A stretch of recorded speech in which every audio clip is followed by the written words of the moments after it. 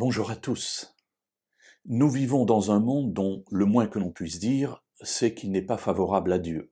En tout cas dans nos sociétés occidentales, où le matérialisme, l'intérêt, la lutte de pouvoir, la lutte de la position sociale fait que nos contemporains sont bien souvent attirés par d'autres questions que celles de leur salut et de leur relation avec Dieu. D'ailleurs, Dieu, qui est-il ? De plus en plus, en tout cas, je parle ici de la France, puisque j'habite en France, nous nous trouvons avec des personnes qui ne connaissent rien de l'histoire biblique. Dans cette civilisation soi-disant judéo-chrétienne, eh bien, il n'y a plus rien de judéo et il n'y a plus rien de chrétien, parce que beaucoup de personnes ignorent même l'existence de Jésus, la connaissance de Dieu. Et cela me rappelle un épisode que la Bible nous rapporte dans le livre de l'Exode au chapitre 5 et au verset 2.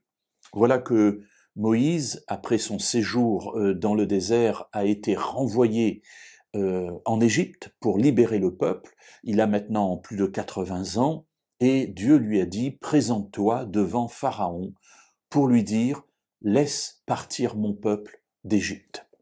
Alors, Moïse s'exécute et nous trouvons ce récit donc au chapitre 5 et je vais lire à partir du verset 1.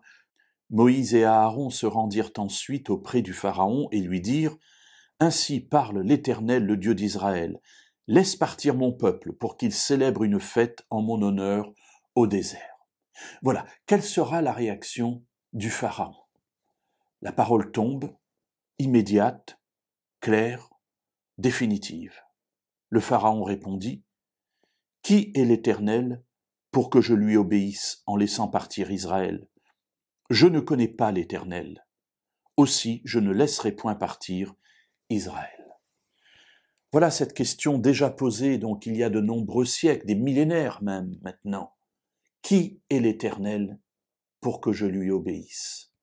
Et effectivement, beaucoup de nos contemporains posent la même question. Qui est l'Éternel? Qui est Dieu pour que je lui obéisse? Et Pharaon, ajoutant même « Je ne connais pas l'Éternel, ainsi je ne lui obéirai pas. » Alors mes amis, peut-être la question se pose pour nous de savoir comment partager avec nos contemporains cette connaissance de Dieu. Comment voulez-vous que nos contemporains veuillent suivre Dieu s'ils ne le connaissent pas? Alors, bien sûr, il y a l'enseignement, mais avant l'enseignement, il y a quelque chose qui va permettre à nos contemporains de connaître Dieu. C'est vous, c'est moi, c'est la vie que nous menons, le témoignage que nous portons. Alors, au travers de cette parole, je trouve un encouragement que Dieu me donne à veiller sur ma vie, pour que tous ceux qui me voient, tous ceux qui m'entendent, puissent se dire « Mais qui est Dieu, ce Dieu qui conduit la vie de cette personne, car j'aimerais le connaître pour lui obéir. »